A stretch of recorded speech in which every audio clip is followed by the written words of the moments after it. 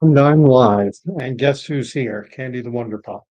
A little wet, it's drizzling out and outside here in my little corner of Brighton, Ontario, Canada, southeastern Ontario.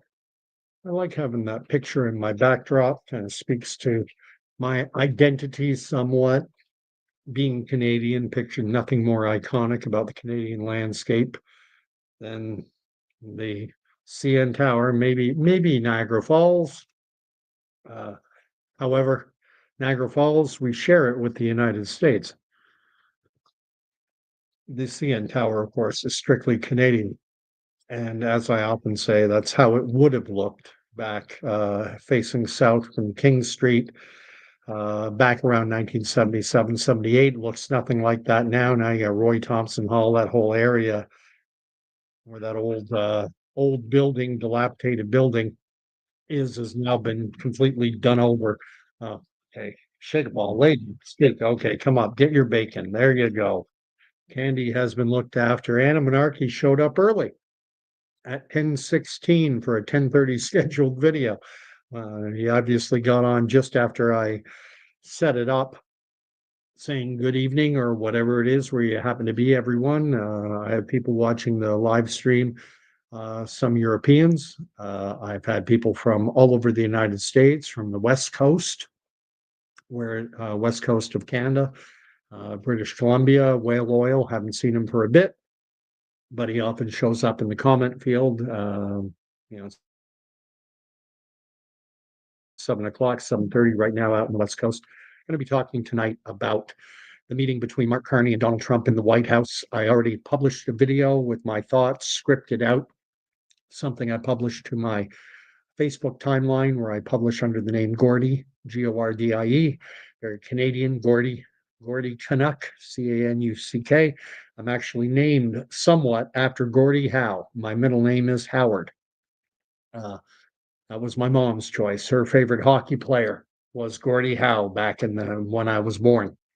And so my dad chose the name Gordon, and my mom didn't hate the name, but wasn't thrilled with the name. She said, "Well, you get the first name, I get the middle name," and she gave me the middle name Howard because that was close to Gordie Howe. How more Canadian can you get? Although, ironically, I did spend 10 years growing up in the United States, kind of my early years. Although I was playing hockey in Westwood, New Jersey, at the only place I had to drive 45 minutes to play hockey in New Jersey back in the 70s. And then later I played hockey in Portland, Oregon. Anyway, the live chat is there. You're welcome to fill it up. I'm interested in hearing what others thought of the opinion, what your opinions are about that meeting between Carney and Trump. Personally, I found it embarrassing. This is, for Canadians, this is the most important relationship that we have, our relationship with our American neighbors. Most important relationship. Obviously, it's less important to the Americans because the American economy, not the population, but the American economy we are dwarfed by the American economy. We are a dwarf. We have an economy that's more than 10 times smaller than the American economy. What population wise, the US is somewhere around 8 to 9 times bigger in terms of population. But in terms of the economy, the American GDP, GNP is more than 10 times bigger than our own. And so Canada having access to that market is vitally important to Canadian prosperity. We want access to that market. We need access to that market. Canada has long been said to be hewers of wood, meaning cutters of wood, and drawers of water. We're a resource-based economy, have been for a long time. Um, and so often what we're doing is we're sending raw materials, be it minerals like nickel or lumber or our natural resources or uranium, whatever the case. And we send these raw materials to countries like the United States, primarily the United States, and then they manufacture them into actual products, and then we buy the products. And so we need a market for our resources. We need a market for everything. And the United States is the single largest, biggest market on the face of the planet. And thankfully for us, they're right next door to the world's biggest market.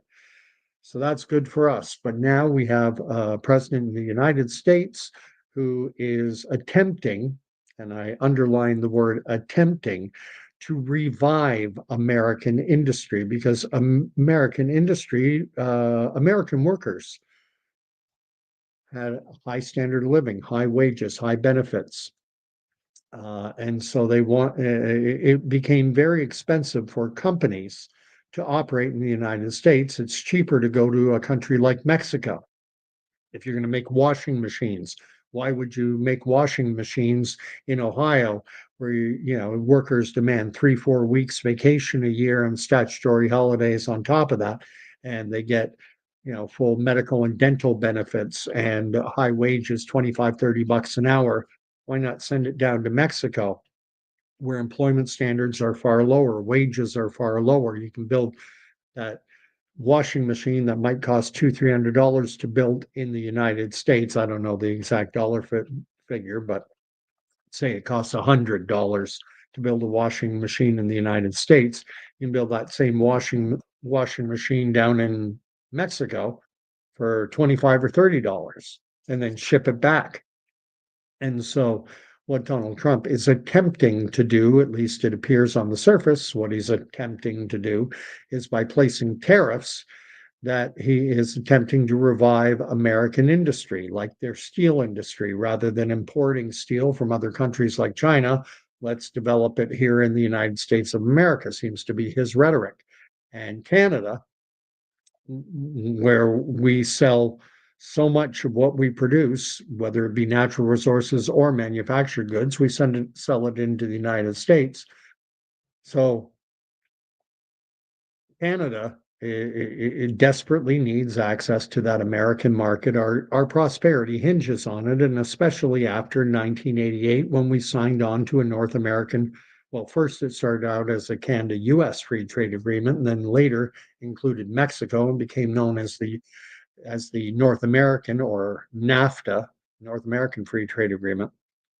And now our economies are so interlinked, and with Trump attempting to decouple the American economy through the imposition of tariffs, we're left twisting in the wind. We have to find markets for our goods now that it's costing Americans so much to import them.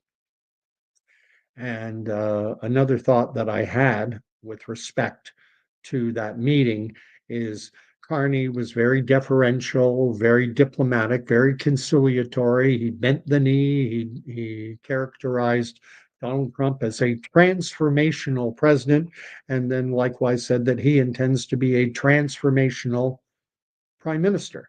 However, I do not think Trump is transformational. I think he would better be defined as reformational. He's trying to reform. He's trying to reform the transformation that took place under Obama and Biden. He wants to undo the transformation they had been implementing around things like DEI, diversity, equity, and inclusion. I'll use two examples, DEI being one. And I'm not going to, at this point, I have my opinions on DEI, and they're somewhat nuanced. I think there is value in ensuring that all members of a society, regardless of arbitrary factors like skin color, that they feel that they have an equal and fair shot at contributing fully to the extent of their capacity. However, when racism comes into play, then people, despite having the best qualifications, can be excluded from important positions. And racism does exist. It exists in Canada, exists in the United States. I think it's more of a problem in the United States. I think it's more endemic in the United States than it is in Canada, but I'm not going to say it doesn't exist in Canada.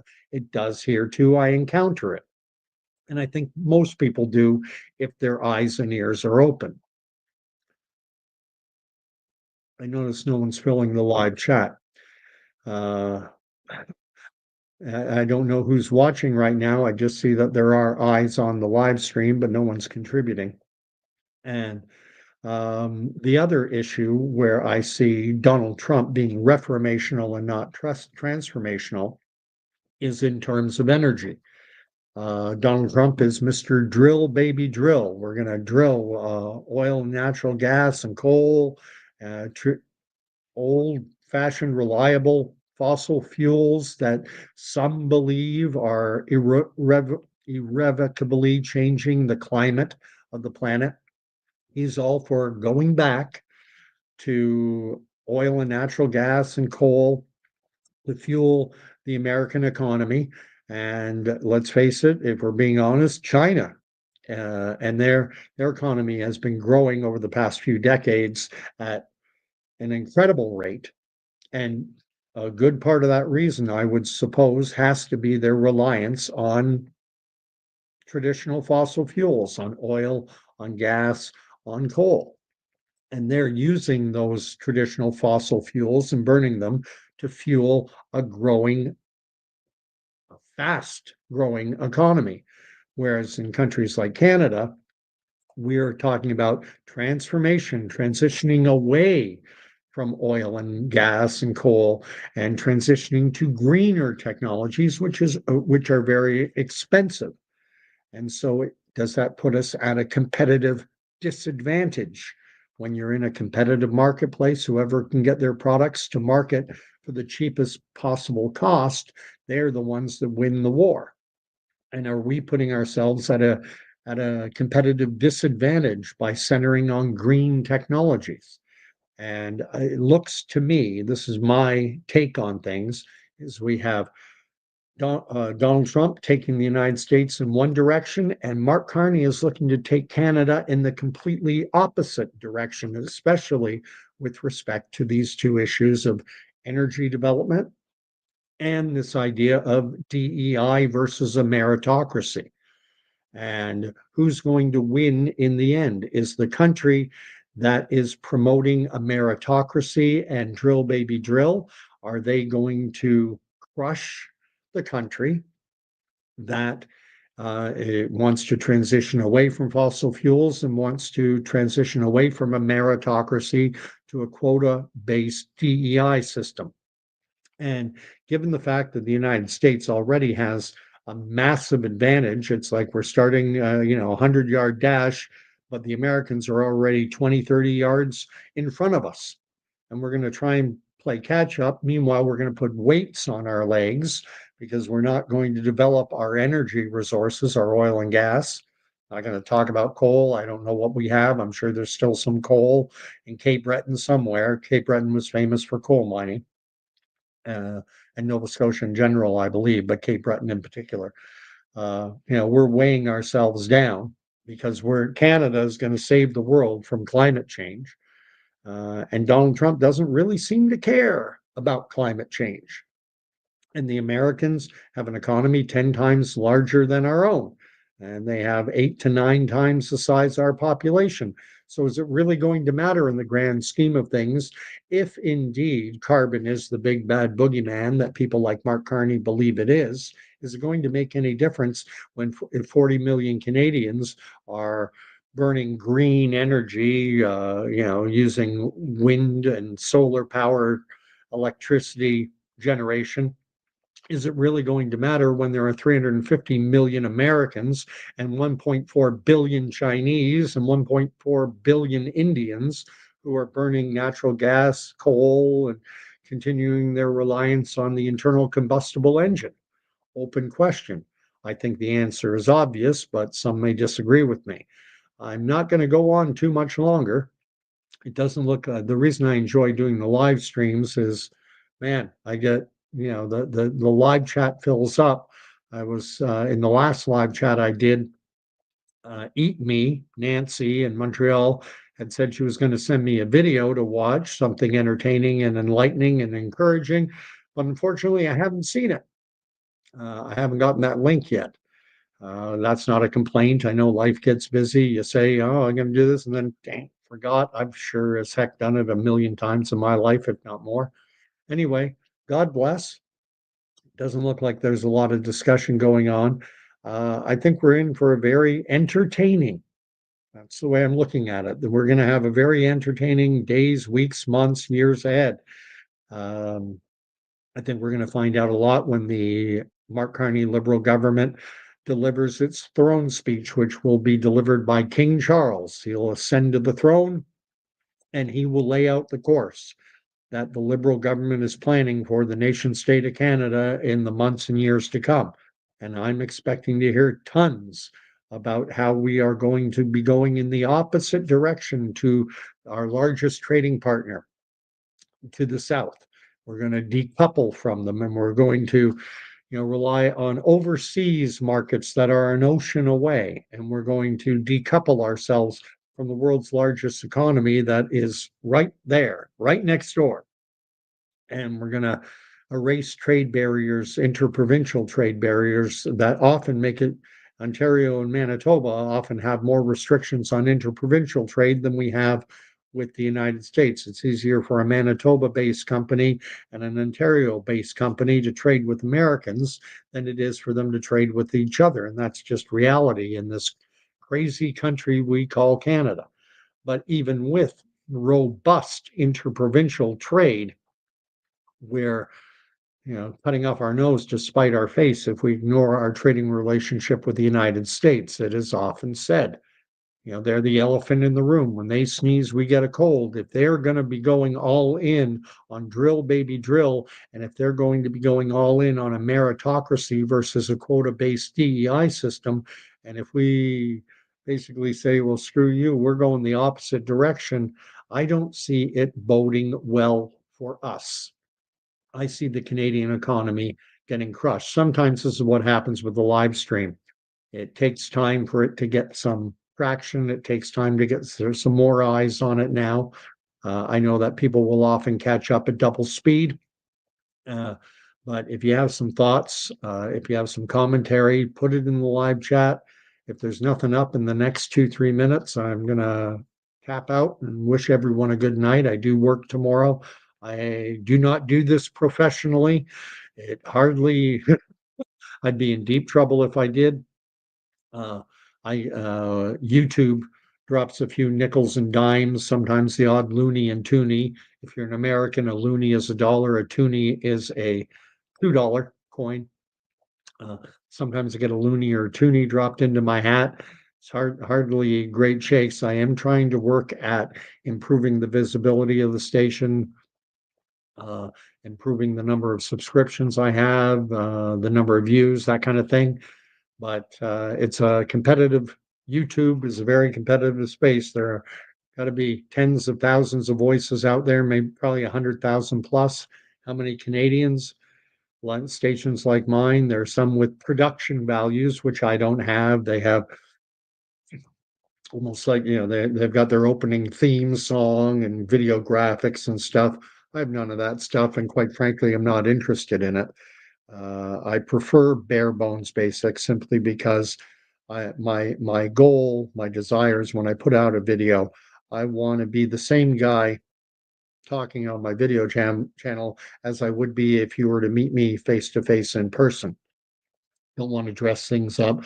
Don't want to put on my broadcaster voice and talk, the way that person, you get public personas and then you get real personas. I prefer the real persona to a public persona. I want mine to be one and the same. But at the same time, people do like production values. They do say, "Oh, look at the cover of that book. It's got a flashy cover. I'll buy that book."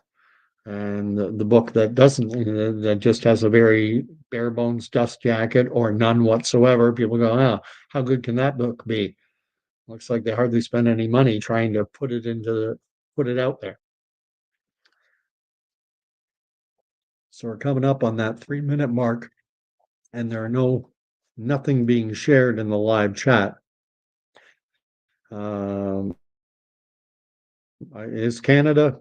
There's lots of things going on. We have Pierre Polyv he's probably a couple months away, 2 or 3 months away from re-entering the House of Commons as a sitting member. He's got a seat out in Alberta where a sitting MP has agreed to resign his seat for the purposes of having a by-election.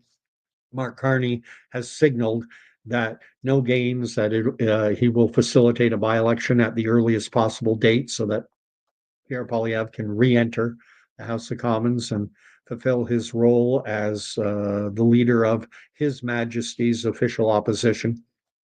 But apparently, the final election results have to be published by a government publication, and apparently that takes about 30 days after an election. So now, like, the results are official, every I dotted, every T crossed. And then it's 30 days after that, then only then can a sitting member resign his seat. And then the by-election is called, and I would guess it would be a 2-3 week, maybe 4 week period. And then, so we're looking at 2-3 months before Pierre Poilievre is able to the re-enter the House. Gordanis, and I can't pronounce the last name, Salkovic or something like that.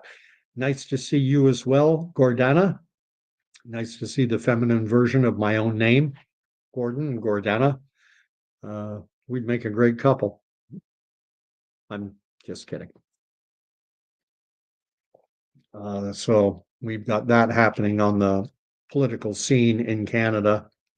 The big thing we're waiting on is the May 27th throne speech, and that is going. I will be listening to it, and then I'm sure there will be a transcript of it. I will read it. I'm expecting to hear it being very flowery, positive sounding language about how Canada is going to be going in an opposite direction to the United States of America. Do you guys have any thoughts on John is now here saying good evening. Do you guys have any thoughts on what happened with the meeting in the White House between Carney and Trump? I thought Carney looked incredibly weak. I thought when the press started asking questions of the two of them, I felt like Mark Carney should have just gotten up and said, I don't really need to be here. You're talking about the American trade relationship with China. You're talking about illegal immigration. You're talking about the Houthis in Yemen and how the United States has announced it's no longer going to be attacking Yemen over Houthi attacks on shipping in the Red Sea. And it's like, why does Carney need to be here? We don't have a Navy to even speak of. Carney is talking about, he's using all types of good rhetoric. Things we are going to do. We're going to reinvest in the military. We are going to assert our sovereignty over the Arctic. We're going to, but is he? Is he really going to do it? Trudeau was going to balance the books after the first mandate. And of course, we all know he failed to do that. Trudeau was going to make Canadian a leader among developed nations in growing the economy, and we're the worst performer out of all of them. Take the G7 or the G20, 20 largest economies in the world, and look at the growth rates of the economies. We're bottom of the barrel. And this is all while Mark Carney was acting as a senior economic advisor to the Liberal government. And so Mark Carney sure wasn't helping behind the scenes. Is he going to be able to do? I want to be somewhat fair. I don't like Mark Carney. I don't like his rhetoric. I think he's duplicitous on steroids.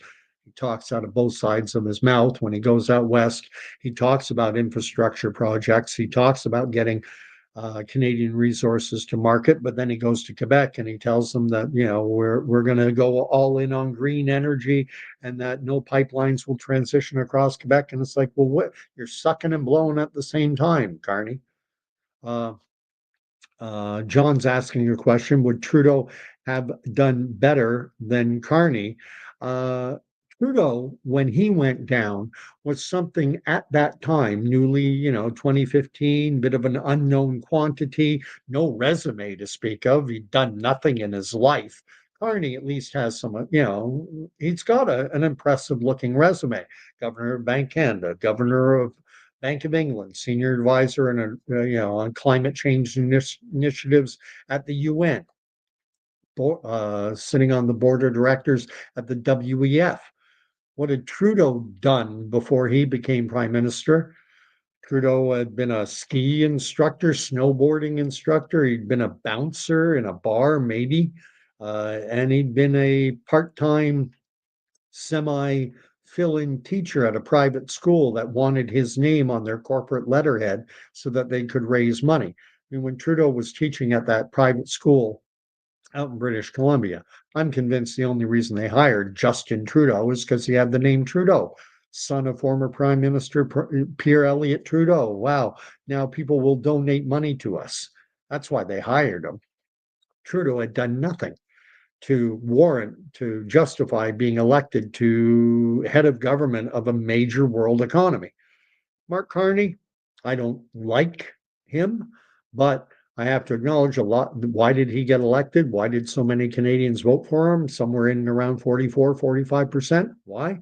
Because they said governor of Bank of Canada, governor of the Bank of England. He's a businessman, and he was chairman at Brookfield Asset Management, made one of the world. It's like Canada's version of BlackRock, although not really Canada's anymore, because Mark Carney heeded Donald Trump's call for companies like Brookfield to headquarter themselves in the United States. And so his board of directors approved the plan to move to the US. And then Mark Carney sent a letter to the shareholders urging them to vote for that move. And the shareholders, of course, approved it.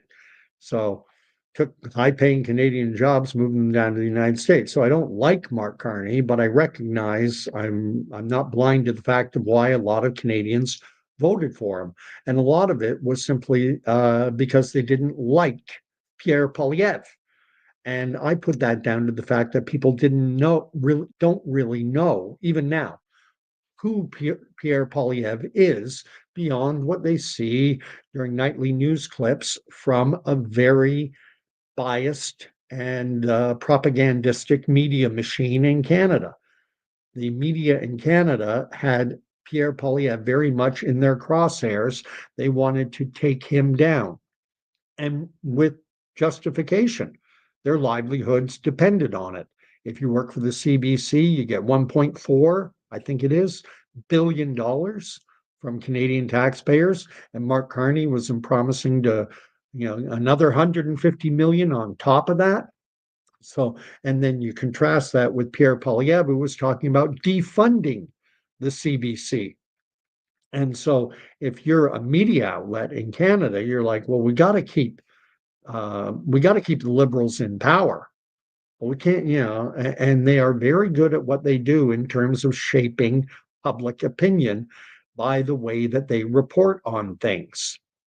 They engage in straw man tactics. They don't give all sides of a contentious issue like climate change. They only present one narrative, and they present it as fact. It's horrible the way the media operates in our country, but it's what we are stuck with.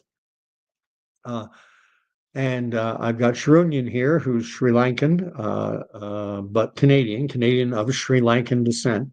I mean, look at me, I'm Canadian, but of English, Irish, Scottish, Welsh descent, and maybe a little bit of French, maybe, not sure.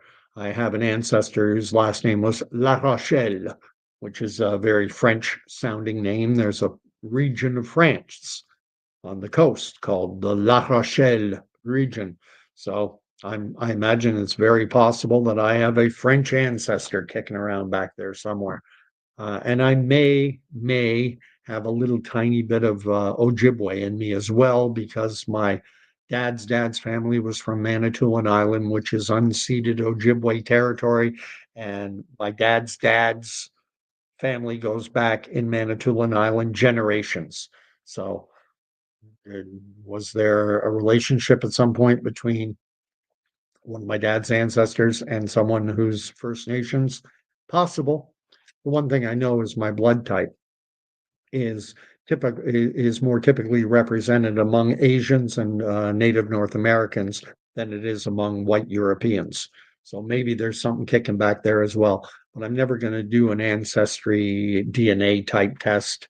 What do they call it? 20 something in me or whatever. Ancestry.ca. They have these. I'm never going to hand my DNA over to a private company, even though I am curious. I would like to know. I think a lot of people are. What's SRCX saying tonight? Uh, he's saying that he just bought a Jeep Gladiator trail package. Awesome pickup truck, he says. And black on black, fully loaded. Um, John is asking a question. Why does Trump want Carney? Carney has info on Trump because of his son-in-law. There are connections being exposed, of potential connections between Trump and Carney, business relationships and family relationships and such. Ultimately, I'm going to say this. No matter who won the Canadian election, Donald Trump was going to take credit. If Polyv and the Conservatives had won, Donald Trump would have taken credit and said that this is yet another defeat of woke liberal left ideology, and it's all thanks to me. I did it. And conversely, when Carney gets elected, he's saying, it's because of me. I wanted him. And yeah, I think he was saying during the election campaign, he did a media interview, kind of a State of the Union media interview. And the Canadian election came up, and he said he would prefer to deal with a liberal, that liberals are easier to deal with.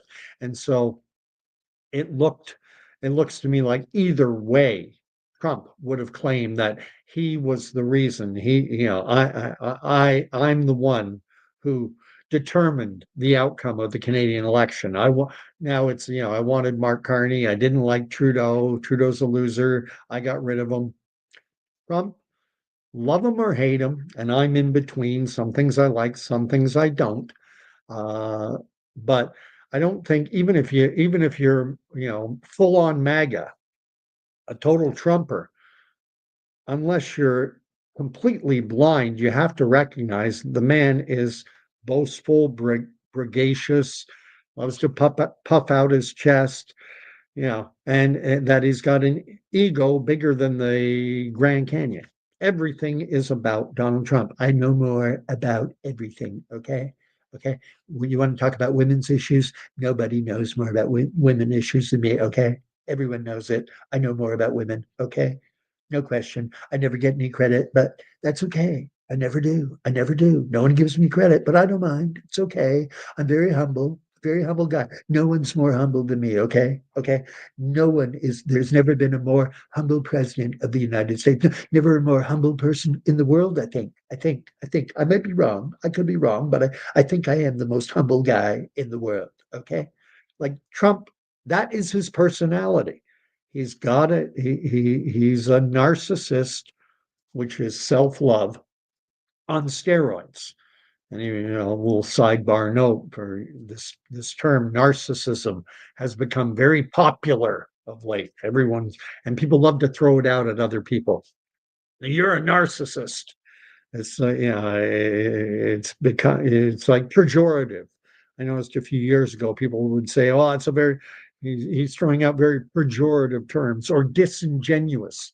He's being disingenuous, and half the time when people throw out these words, I don't think they know what they mean. They just know that they've got a certain cachet in the verbal marketplace, and so they're like, "You're you're a narcissist."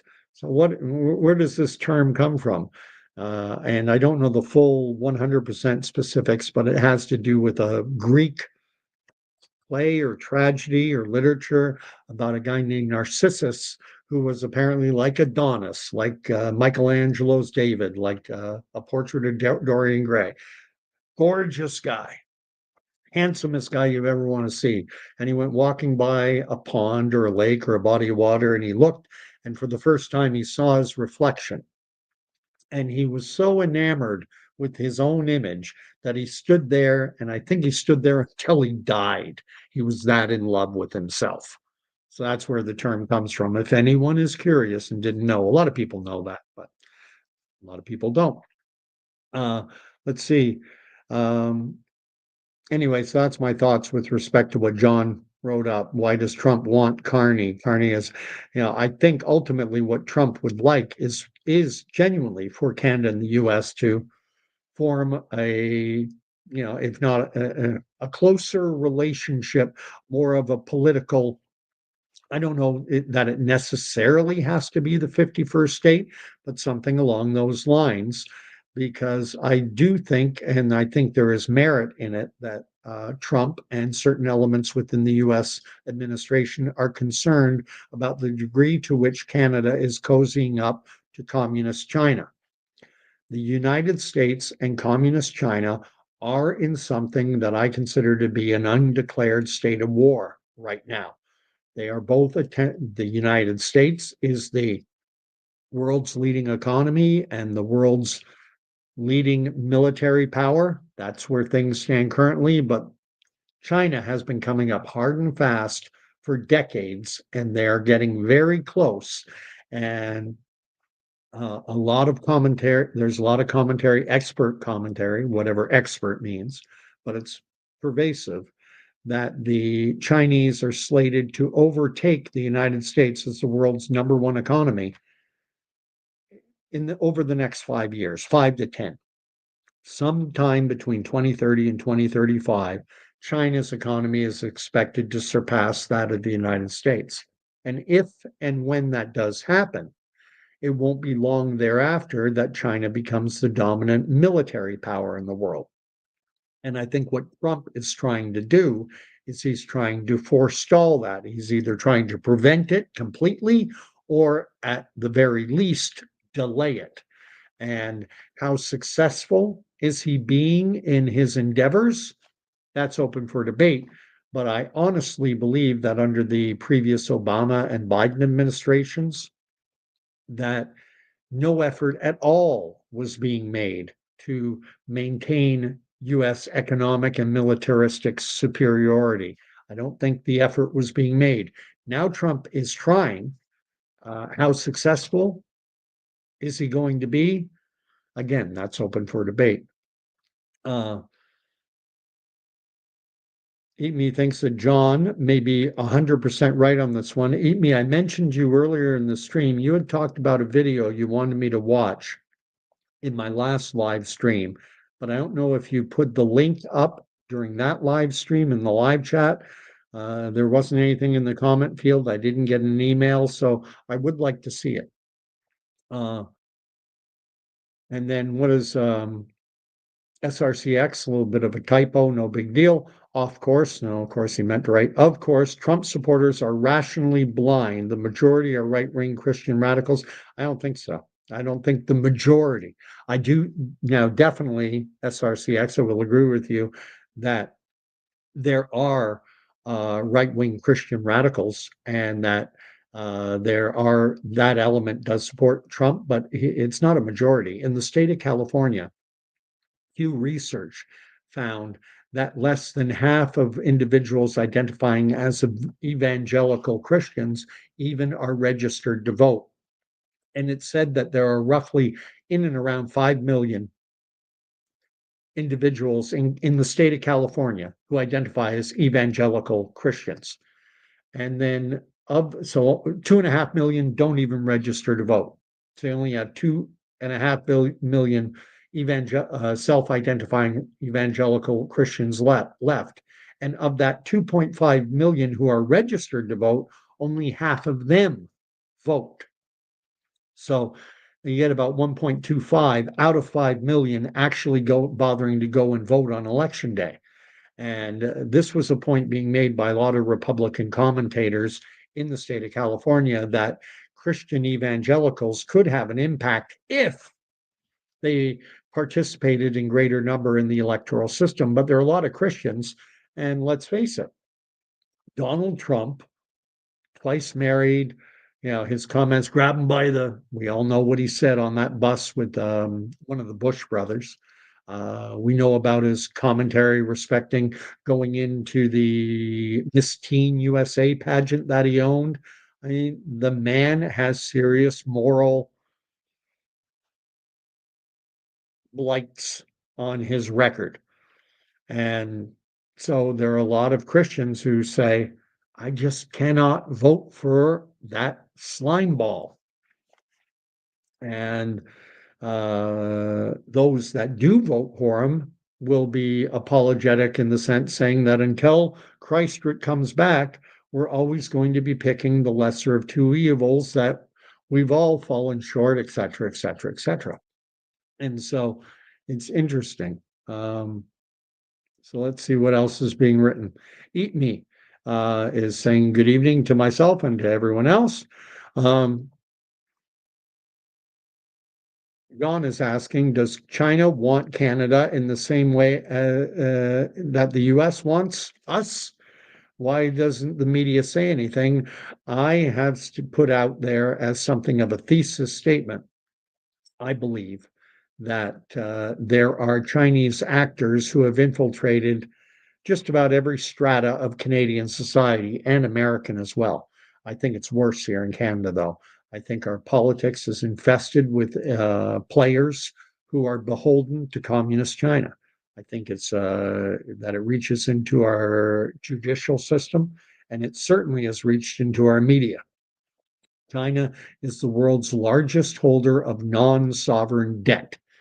So they have a lot of financial clout and a lot of money to throw around. And you get into the world of black ops, psyops, honeypot schemes, and all the rest. And China is a major world player.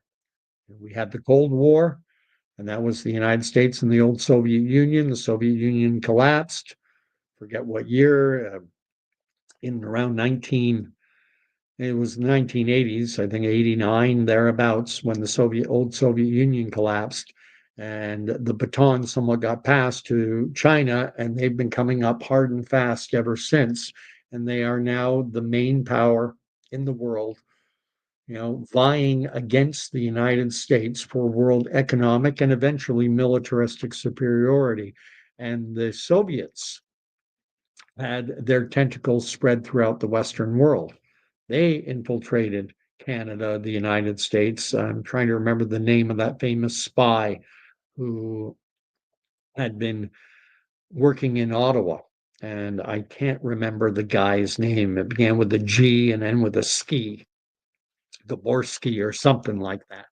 And he famously came over to the Canadian side after having been working and conducting espionage on the Canadian government. And to think that China's not doing the same thing, and perhaps even more successfully, look at the world we live in with AI and the surveillance, the surveillance state that we're in, and technology as it is. Everyone's using TikTok, which is a Chinese-owned software. I mean, come on. SRCX is writing, imagine it could have been Polyv at the White House today. That would have been interesting. I was thinking about that today because Polyv is a much more acerbic personality type. He's far more assertive than Mark Carney.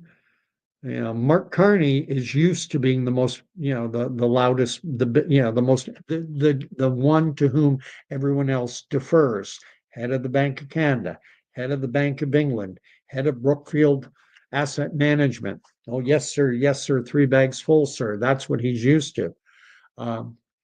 And he did not look comfortable in the White House. It's interesting, Polyv is certainly a very sharp mind. Yeah, I know liberals love the fact that Mark Carney left Canada for his education. Mark Carney went to Harvard and Oxford. Who wants a University of Calgary guy? We don't want shitty Canadian education. We want elbows up. We want American and British education. Pierre Poilievre is incredibly sharp. It would have been interesting to see what it would be like, and hopefully we will get that chance. Mark Carney, let's face it, if Mark Carney does if the Canadian economy improves, we're right now last in terms of economic performance of the world's major developed countries, whether you look at OECD, you want to look at G20, G7, we're bottom of the barrel. Mark Carney has nowhere to go but up. If he can improve the economic situation in Canada, do something about the runaway inflation we've been experiencing, do something about immigration that's has doubled the price of housing over the last 10 years. If he can improve things, maybe he could have a long run. He's not an old man. He's not as young as Polyv, but Carney's punching somewhere around my age. He's 58, 59. He could be going at it. I don't know how long Chrétien was prime minister, but I think Chrétien stuck around until he was early 70s. So he could have a nice 10-year run like Harper did, like Trudeau did. We'll see. Can he improve things? Can he do it well? Or are we going to continue on this slide that we've been over the last 10 years? Open question. So we'll see how things go. And in 4 years, 3 to 4, we'll have another election, unless something happens in the world, unless we get hit with a major world crisis and all of a sudden we have to dispose with democratic norms in the Western world and cede Canada sovereignty over to some world body. And I don't say that lightly. I think that could happen. As a matter of fact, I've stated before on my station that that's what I see coming. I see major world crises converging: health crisis, climate crisis, war crisis, supply chain crisis, cyber threats, all kinds of things. I can see everything coming at once. And it being determined that Canada, as an individual sovereign nation, that we don't have the capacity. We need the world to come together. Canada and other Western developed nations and nations all over have to cede their domestic sovereignty to this world body, because we're facing global challenges that need a global solution. And we have to put aside regional sovereignty, regional differences, regional concerns, and we got to all come together, and we'll see what happens. So let me read on. SRCX likes to think that he has a perfect window into this alternative universe of what would have happened if. Well, I can tell you what would have happened if Polyv went to the White House. It would have been this. I'm sorry, the multiverse is a neat metaphysical concept that may have some basis for, there may be a multiverse. I don't know. But no one is able to see into it definitively yet. It's more of a metaphysical concept. Anyway, Eat Me is saying that the video she wanted me to watch was in the live chat. I'll have to go back to the live chat and check it. Or if you could, would you put it in the comment field so that I and anyone else can watch it as well? It just makes it so much easier because the live chat gets so busy. SRCX is asking if I have ever met an evangelical Christian. Well, this is the thing. You're a prejudice. You have a prejudiced outlook on the world. You say all evangelical Christians are like this, and all Chinese people are like this, and all conservatives are like this, and and that's low resolution moronic thinking in my books. I've met many evangelical Christians, and they run the gamut. They run the gamut. I have met evangelical Christians who voted for Joe Biden and for or Kamala Harris, rather. Church I attend, Pentecostal, very evangelical. And there were individuals there who would not, American citizens who were allowed to vote in the most recent election, asked them, and they said, well, I'm not voting for the convicted felon. And that made it obvious because Trump, of course, was found guilty of a felony crime because he overvalued his real estate, and the banks didn't do their due diligence to determine whether or not the value that Trump placed on his real estate, whether it was valid or not. So the banks, because they failed to do their due diligence, were able to get Trump convicted of a felony crime, or at least the district attorney was, because they didn't do their work. I mean, you go to the bank and you say, I want to borrow $300 million here. I'll put this property up as collateral. It's worth 300 million plus. And the bank says, okay, we'll lend you the money. And then the bank goes, well, wait a minute, we checked and we don't think your properties are worth 300 million. We shouldn't have lent you that money. Well, do your job. But it is what it is. Um, so Eat Me is writing, Carney looked like a deer staring at a car spotlights in the middle of the road with his hands tightly folded. Yeah, no more elbows up. Just because half the time they weren't even talking about Canada-US relations. The press wanted to know about the border crisis, about illegal immigration, about ICE. They wanted to know about the trade relationship between America and China. And they wanted to know about what was going on in the Red Sea with the Houthis and the threats against international shipping. They were asking all these questions that Canada has nothing to do with. Like our Navy, or like our military could go up against the Houthis and get them to stop targeting international shipping. We've got a few frigates. We don't have an aircraft carrier. We don't have a battleship. We don't have a working submarine. So Carney's just sitting there like a junior, like an intern at the corporate board table. He should have gone and gotten coffee for Trump, because they're sitting there talking about things. Here's Canada, a key and an important trading partner to the United States, obviously. And half the time the press was treating him like he might as well not have even been there. I mean, you can talk about Trump disrespecting Canada. Well, look at their press, and a lot of the press in the United States, MSNBC, CNN, very liberal, left-leaning, and yet they treated Mark Carney, who should be something of their champion, and they treat him like he wasn't even in the room. But it is what it is. The United States is very insular. They don't know a lot about Canada in a lot of cases. Speaking as someone who spent 10 years growing up there, or almost 10 years, kindergarten, grade 1, 2, 3, 4, and 6. And there were kids who thought that I lived when I lived in Canada, that you live in an igloo? Did you have to ski? Did you have a dog sled? These are the type of questions that kids would ask. Very ill-informed.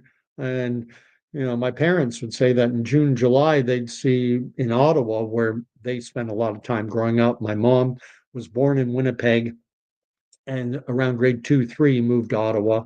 My dad grew up in Sudbury area, spent 1 year out in Prince George, British Columbia, but then came back to the Sudbury area, but then in grade 8 forward, lived in Ottawa.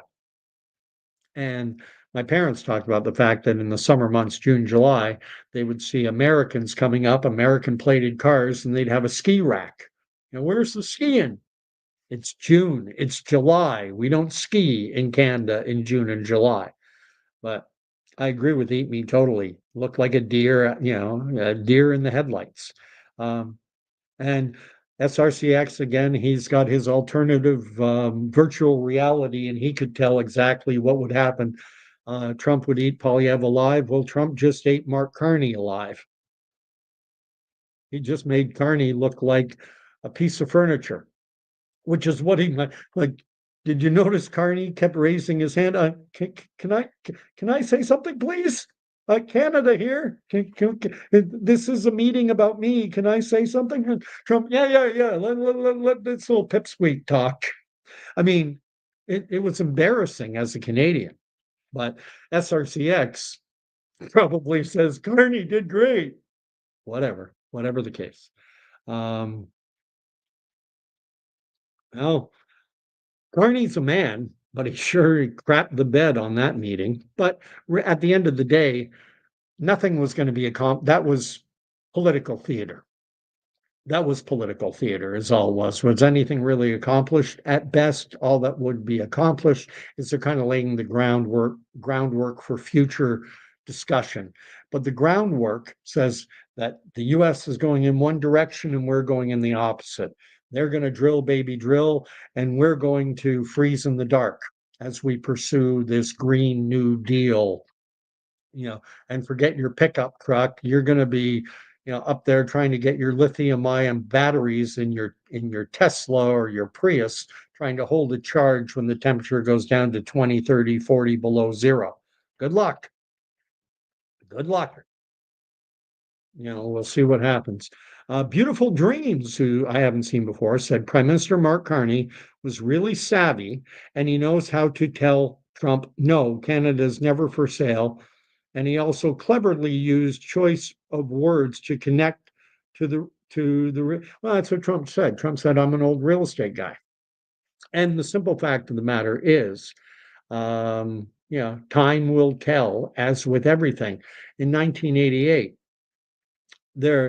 if you ask Canadians, will we ever enter into a free trade relationship with the United States of America? Canadians would have said no. It was you didn't talk about that. Brian Mulroney, in the run-up to the election prior to 1988, in his first election after Pierre Elliott Trudeau had handed the reins over to John Turner, Brian Mulroney was asked, would you ever consider pursuing a free trade agreement with the United States? And Brian Mulroney said, no, never. And then after getting elected to a majority government, he did exactly that. He went into negotiations and they signed a trade agreement. However, the Canadian government refused to ratify it. The House of Commons did because Mulroney had a majority mandate, but the Senate, which was dominated by the Liberals after Pierre Elliott Trudeau had stacked it with Liberal senators, the Senate refused to pass it because they said that Brian Mulroney, and they were right, Brian Mulroney did not have a mandate to negotiate such an agreement when he was on record as saying he would never do it. So Carney, at the end of the day, was embarrassing. I mean, Trump stood there and trashed all over Carney and said, we don't need your cars. Carney says nothing.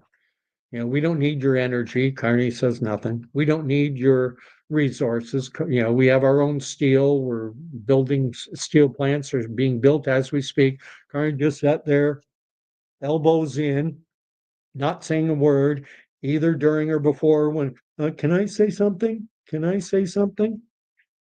And then just talking. And then when Carney did talk, he spoke in general, meaningless platitudes about, where the vision of what we're heading toward, but nothing concrete, just platitudes, just generalistic, positive sounding language.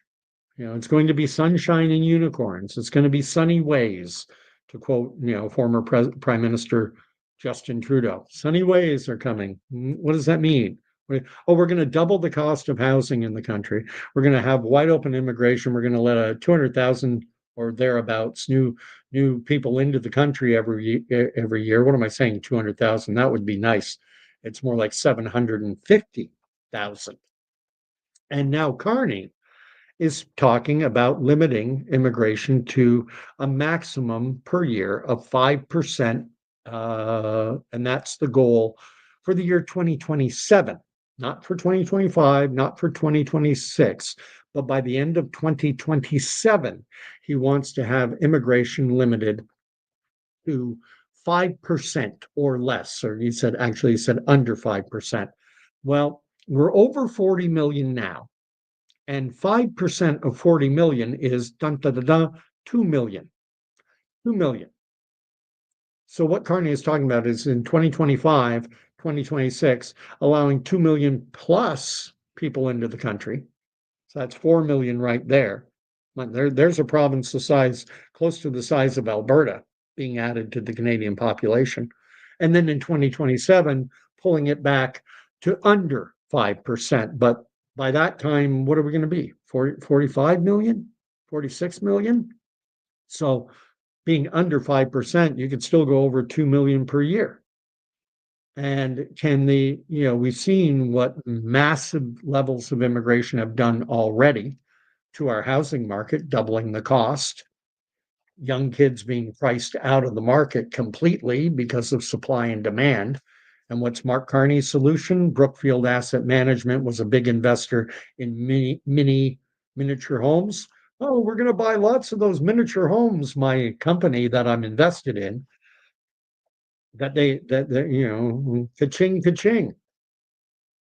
And this is what we voted for. So what is Eat Me saying? Missed the beginning. India attacked Pakistan earlier. That was a while ago. Has there been something new? there are two nuclear states. I don't know whether this was over, I think it's over Kashmir. I mean, India and Pakistan. Donald Trump got some grief over the fact that he said that this conflict goes back centuries, millennia. And obviously, India and Pakistan, those two countries came into being after World War II. That's when India gained its independence. But let's face it, the history of that region does stretch back millennia, and areas like Kashmir have been a contentious, warred over area going back centuries and millennia before the formation of the nation states of Pakistan and India. But going to be interesting. Uh, anyway, to be noted, both India, yeah, they're both nuclear powers. And Eat Me Nance is going to give me that link. And Beautiful Dreams is of the opinion that Mark Carney is the right man to deal with Trump. You obviously voted for him. I did not. I wanted someone who would put Canada first for a change and not bow the knee to the Americans. But Carney, first visit, newly elected, you know, and this is tradition. This is what Canadian prime ministers always do. When you're first elected, when you get your first mandate from the Canadian people, your very first trip is to Washington. Standard operating procedure. Mark Carney did what every other prime minister has done. I know that some liberals will point to the fact that Carney, well, no, he went to England, he went to France, he took that overseas trip before he was, given a mandate by the Canadian people. That was a photo op. That was a photo opportunity. And I'm not going to give him grief over it because he was just, taking advantage of the situation. He occupies the prime minister's office. He's got a chance. Now he can get on a jet and go to France and England and be at the top of the news feed like Trump. You want to be at the top of the news cycle in a positive fashion. He went over to France, Macron. He went over to see Starmer in England.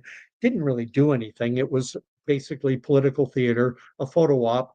But every nightly newscast was talking about the fact that Canada's newly installed Prime Minister Mark Carney met today with Emmanuel Macron of France, blah, blah, blah. And there he is. And poor, Pierre Polyv doesn't get that kind of exposure, obviously, as the leader of the opposition. And so it's a smart move on Carney's part.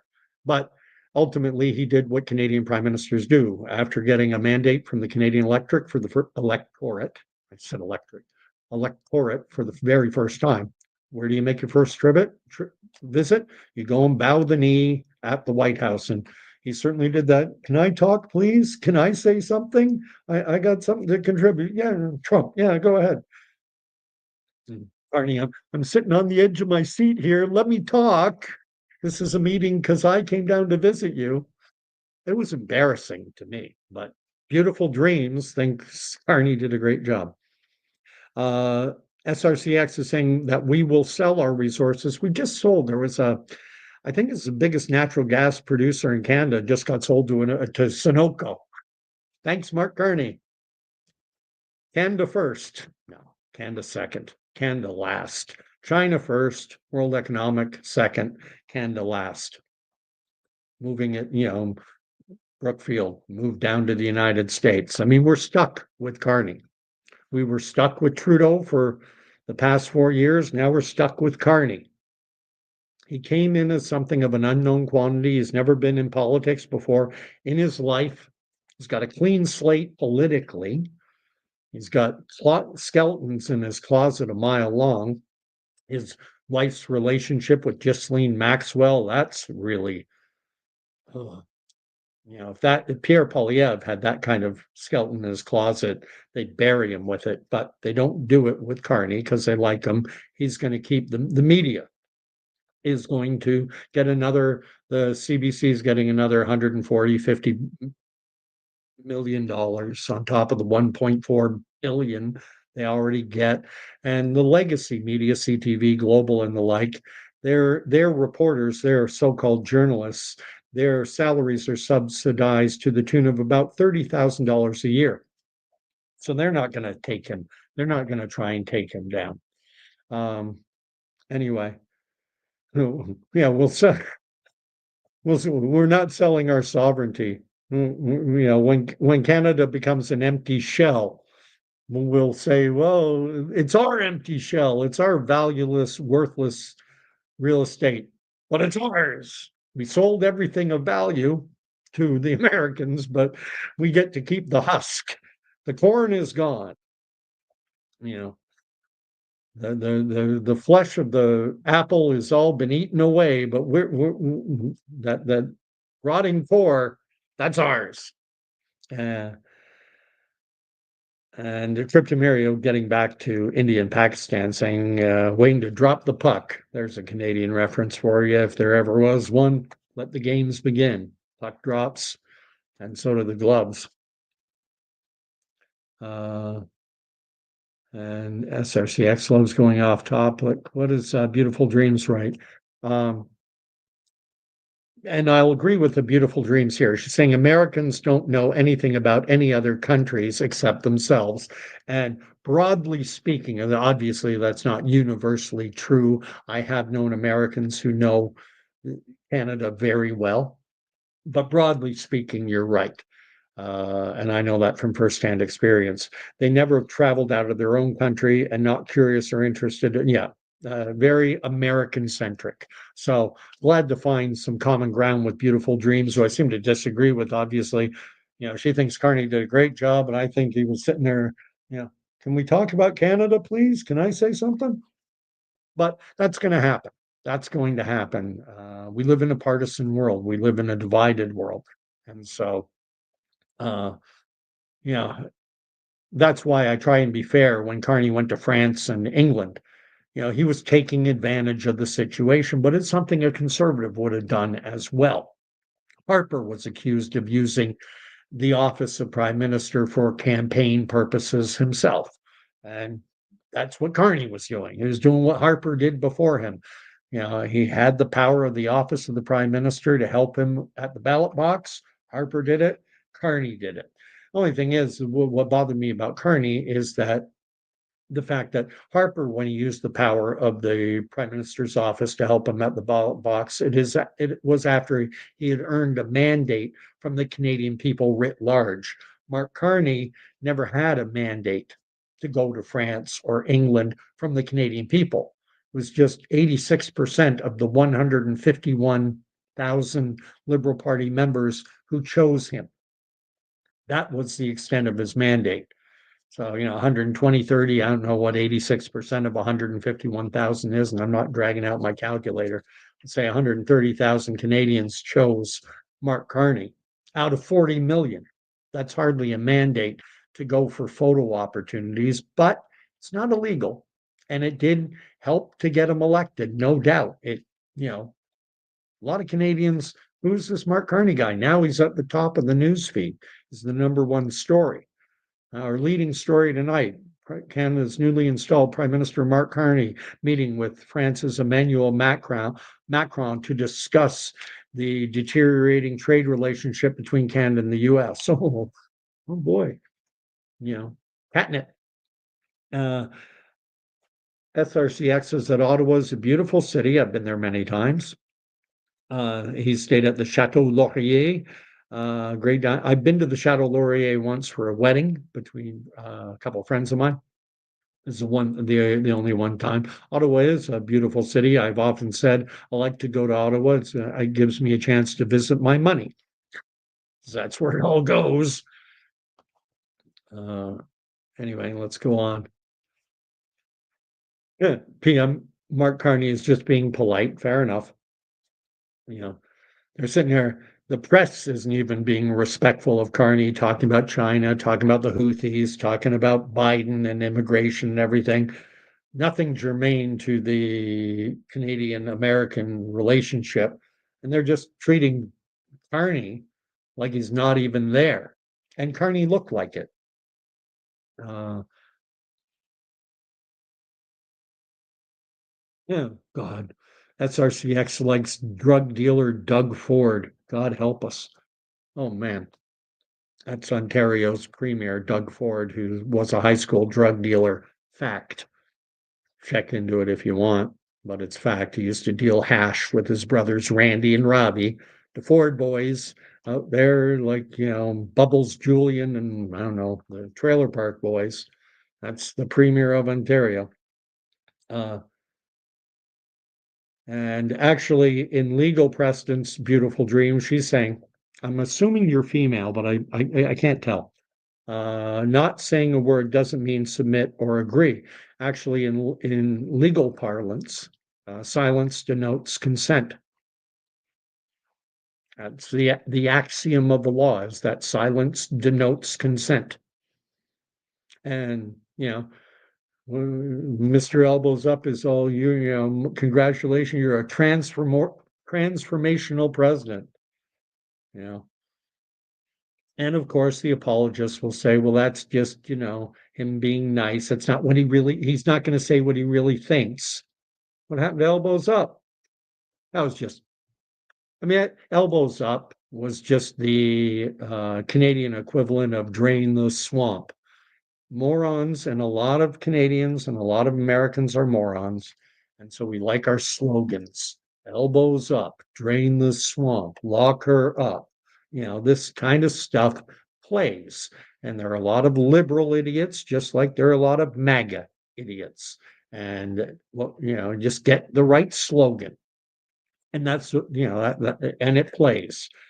And incidentally, just to make a fine point, no, I did not. I voted for the Conservatives this time. I have voted Liberal in the past, and I'm not averse to voting Liberal in the future, depending on who the leader is. Because the way Canadian politics operates in the here and now is that power has become very centralized in the Prime Minister's office. The MP, the person you send to Ottawa, has very little say and probably nothing at all. It's the policy of the country is determined by the prime minister and his or her, if we ever get a female prime minister, if we ever elect a female prime minister. We've had one, Kim Campbell. She became prime minister the same way Carney did, imposed, but then she was crushed afterward because Canadians are not into DEI. The Liberal Party is not into DEI. If they were into DEI, they would have picked Chrystia Freeland, highly accomplished woman, a longtime political veteran. They would have chosen Chrystia Freeland. The Liberal Party, the champions of DEI and all this stuff, have never once, not a single time, had a female leader. And they never, they had a chance. They had the perfect opportunity. Former deputy prime minister, internationally speaks multiple languages: Russian, Ukrainian. A lot of international experience. Was minister of finance. No, we're going to take the old white guy. Okay, and you know what? For what it's worth, everyone with any political savvy knew that Mark Carney, that was a coronation. And you can check back February 18th. I did a video saying exactly that. So this isn't an election. This is a coronation. Mark Carney's already won it.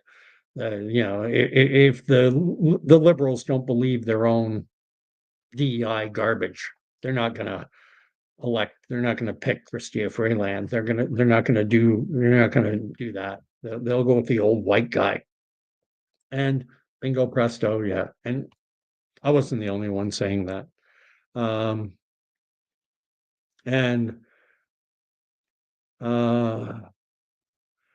Beautiful Dreams saying that's one of the things that I think Americans and even non-Americans, one thing they like.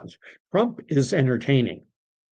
Politicians are kind of boring a lot of the time. They're, diplomatic, kind, polite, and all this. Trump, you never know what you're going to get. He is a certain type of talker. He's an excrement talker. I don't like to swear on my station. Not to say I don't swear, I do. But I am a Christian and I try and keep my language clean, but I don't always succeed. But anyway, Trump, you never know. It's like going to the. I've never gone to NASCAR or anything like that. Not into it, but people who do go, why do they go? A lot of people say they go to see the crashes. They want to see a car crash. Well, Trump, you never know what's going to come out of his mouth.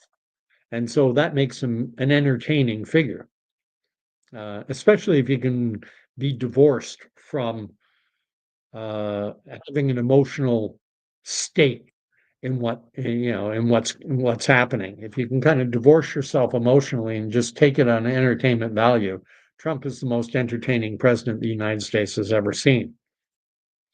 Let's see. And Beautiful Dream saying that's just the way Trump is. Here I have the ability to put these on the screen, and I haven't been. What about sour grapes? You conservatives, you sound like a conservative. I don't know what you are. I mean, you like a drug dealer in Ontario. I don't think you live in Ontario. Dougie Ford, whatever. Uh, yeah, we lost the election. And his political career is over. He's re-entering the House. He said it was over, but it's not happening. You can wish it, whatever you want. And of course, you're like, SRCX knows everything. Okay. Okay. Nobody knows Canadian politics like SRCX. He's Donald Trump, the Donald Trump of Canada. Okay. Everyone knows it. Absolutely. Okay. Doug Ford, great guy. Great guy. Love him a lot. Okay. Like Donald Trump. Trump likes Ford. So does SRCX. SRCX is amazing. Okay. Everyone knows it. I like throwing my Trump. It's one good thing about Trump being president. I get to do that impression for another 3+ years. Uh, Beautiful Dreams is writing that immigration contributes to Canada's population growth. True. I've said this many times on my station, I think you're new, that our birth rate, fertility rate, I think it's expressed as fertility rate, we're like 1.4 or something in and around that number. And in order for a population to maintain itself, you need 2.1. So with our fertility rate being so low, the only way Canada can even maintain its population is to bring in immigrants. No question, we need immigration. The question is the amount. Do we need 2 million people a year, as Carney is proposing? About 300,000, 310, 320. That's how many people will die in Canada this year. And so, our deaths per 1,000 of population are like 7.8, and they're climbing because the baby boomers are getting older. We're gonna get over the coming years. We're gonna get by 2030, 2030, 2040. We're gonna get up in around 10 deaths per 1,000 of population. We're gonna get, and so then you have natural births to Canadian citizens, and the gap in between those two numbers, how many people died, how many people were born, well, then immigration can, ensure the Canadian population stays level or maybe grows a bit. Well, when you have 300,000 people dying and maybe 200,000 being born, but you add 2 million, it gets a little insane. And Beautiful Dreams, that it does have economic and social impacts, but it's not the sole cause of Canada's problems. And agree, we got other problems. Inflation is not just because of immigration. That causes inflationary pressure in the housing market, but things like quantitative easing, which is something the central banks engage in, also contribute to inflation because they call it quantitative easing and that's a marketing statement. What quantitative easing is actually printing more money. What happens is the government of Canada will issue bonds, and the bonds will then be sold to the central banks. How do the central banks buy the bonds? They print more money. Putting more money into circulation doesn't mean it's necessarily paper printed money. A lot of currency now is just digital in nature. It's line item entries on a screen. But and they call it quantitative easing because if they said we're going to print more money, that would affect the psychology of the marketplace. you put a nice positive sounding label on it, like quantitative easing. Well, the quantitative part is more money going into the system. The easing is the easing on restrictions that would prevent central banks from flooding the money supply. So we're easing those restrictions and we're putting out more money, quantitative easing. What's SRCX writing? The water treaty had required New Delhi to share with Islamabad extensive details on I don't know much. I haven't done enough reading to comment with any degree of intelligence on the situation between India and Pakistan, except to say that I know that they're in conflict. So I'm going to leave that. And Eaton's curious as to how Beautiful Dreams came upon this stream. Probably, well, whatever. I'll let Beautiful Dreams answer. Beautiful Dreams believes that Canada's problems are mainly due to inadequate oil. I'm guessing you mean oil, OI, inadequate infrastructure and economic policies. And don't worry, I don't never give anyone grief over a typo. I do them all the time. Everyone does, especially if you're on a phone and using your thumbs. Although, just putting it out there, I don't own. I'm got to be one of the very few adults who does not own a cell phone. Got rid of it about a year and a bit ago, and have been very happy not having a smartphone or a cell phone of any description. And so, getting back to Beautiful Dreams, I think that's a huge, and this is where we'll find out, where's Mark Carney going to take us? We've got enormous wealth in the ground in provinces, primarily Alberta, but also Saskatchewan. Is he going to unleash that? And he's been talking out of both sides of his mouth, sucking and blowing, saying one thing out west, another thing when he goes to a province like Quebec. Are we going to unleash that or not? And Bill C-69 is very problematic in that regard because it places enormous constraints on development. The legislation speaks of phase one should take no longer than 180 days, yet no project put forward has been able to get out of phase one even after 300 plus days. So while it talks about speeding it up, in practical terms, it slows things down. What's he going to do? Are we going to unleash that enormous wealth or not? I tend to believe because he's Mr. Climate Change, he's Mr. Net Zero. I think he's been sucking and blowing just for the ballot box. And now that he's got his mandate, and it might as well be a majority, it's a super minority. He only needs three.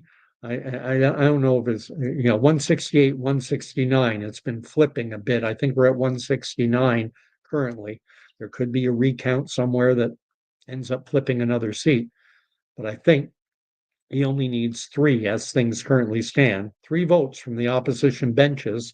There are 7 NDP. I'm sure he would have no difficulty getting 3 votes from the NDP or the Bloc or that one Green vote, and then he only needs 2. So,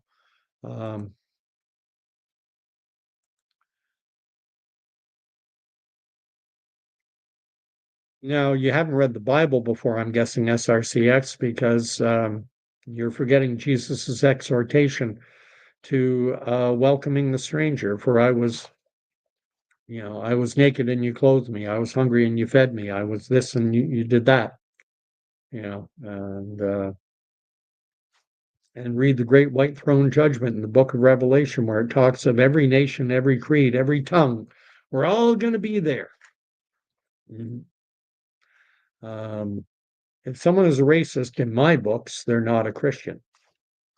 But you like camp mentality. I get it. And a lot of people do this. Complicated world. So you say, oh, Christians, they're all like this. Chinese, they're all like this. Indians, they're all like this. And it makes it easy. Low resolution thinking, put everyone into one box, makes it easy to deal with. You don't have to think too hard. I get it.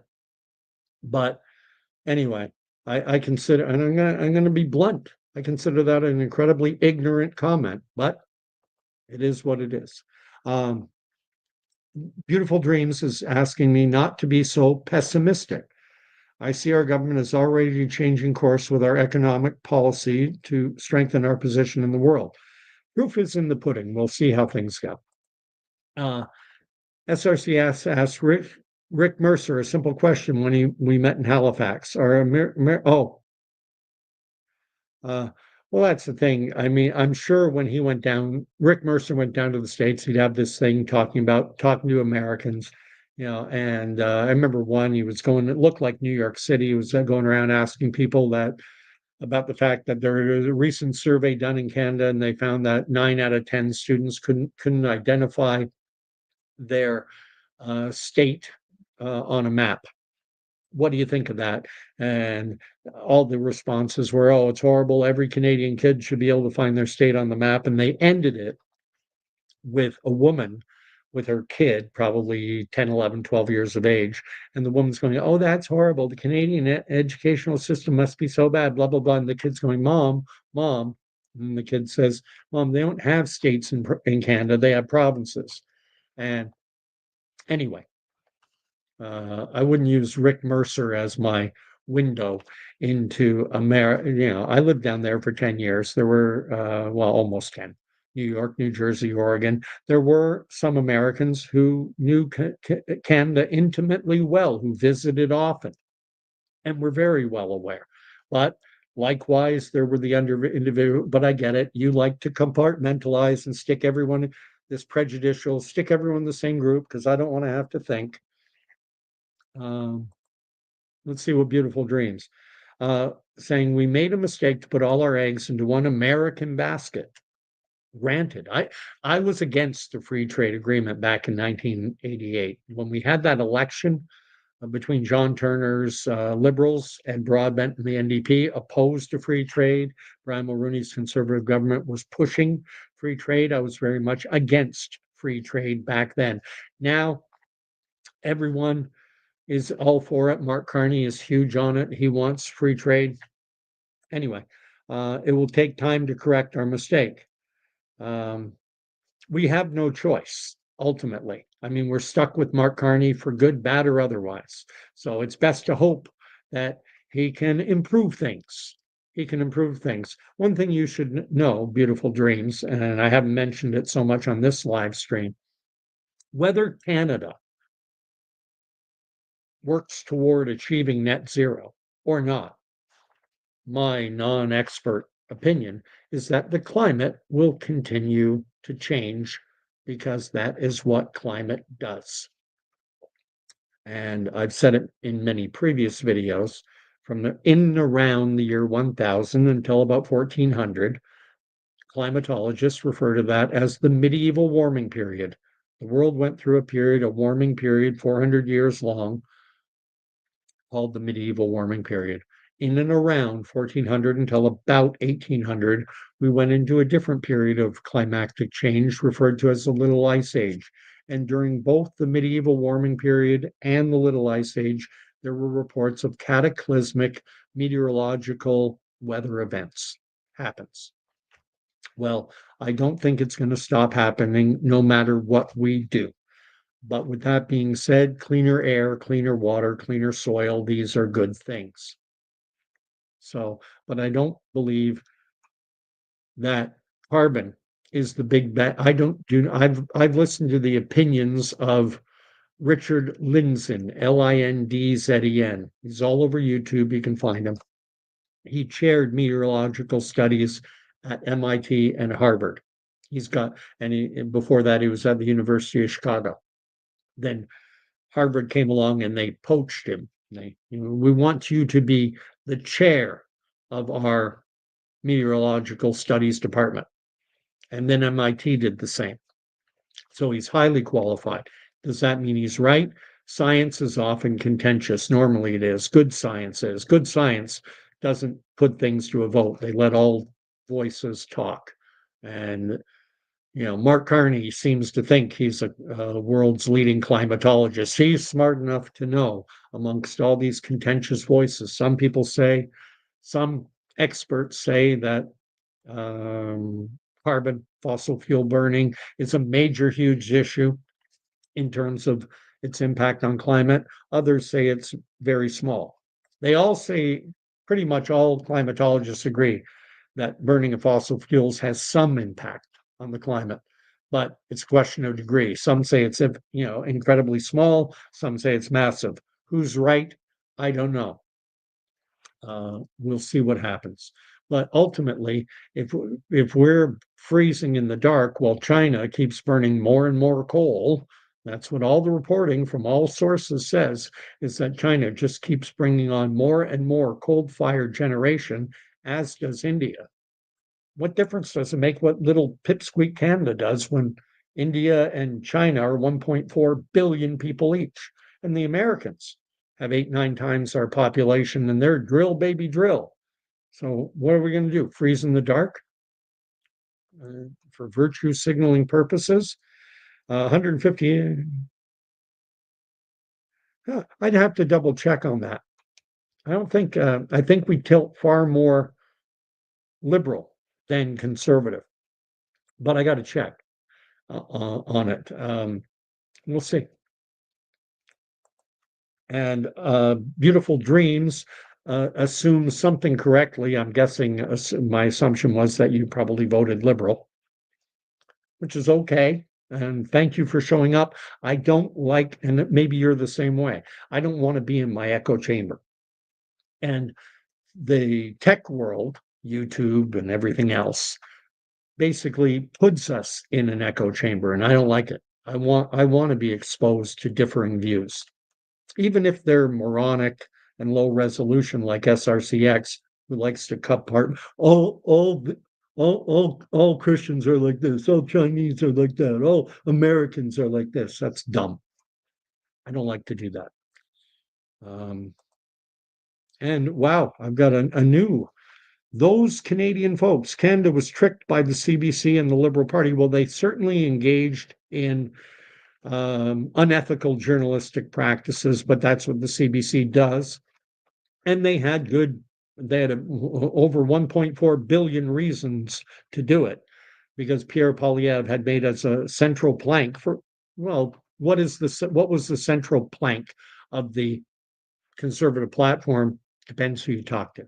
But for a lot of Canadians, the fact that Polyv was promising to defund the CBC, they were like, yeah, because the CBC journalism is, I was reading articles talking about the fact that Daniel Smith is proposing that Alberta separate.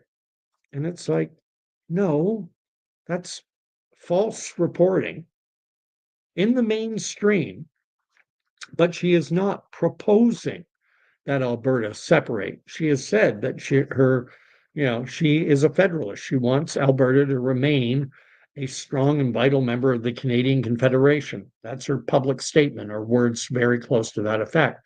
However, what she has allowed is, if citizen groups want to put forward a question for a referendum that goes to a vote, that they will require 10%, however many Albertans voted in a federal election, that you need 10% of that number on a petition in order for it to go forward. So she's lowered the threshold, because it used to be you had to have 10% of all registered voters. Now you need to have 10% of people, the number of people who actually did vote. So it's a lower number. So it's easier to put forth referendums on everything. You want a referendum calling for Alberta to twin itself with the nation state of Liechtenstein.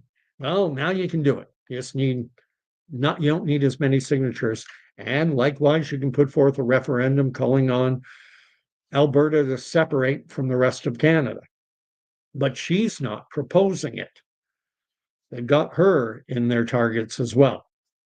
So I agree with those Canadian folks. And I don't know who you mean by she was the worst, but we will see. Beautiful Dreams.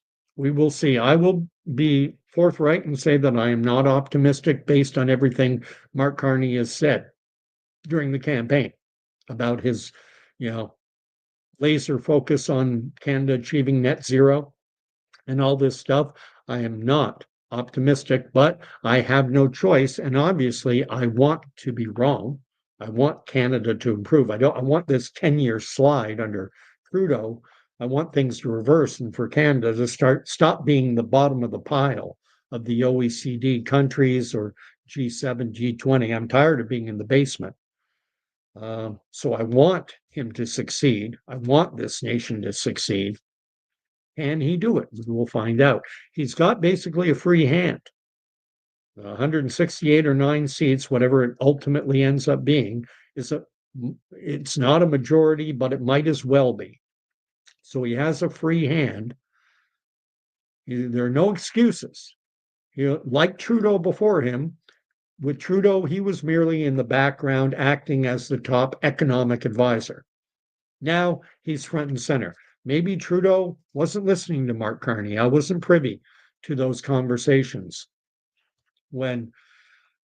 but I do think, Trudeau was Mr. Wide Open immigration. Let's, put severe demand on the housing market and not have enough houses built to accommodate people. Let's send real estate through the roof.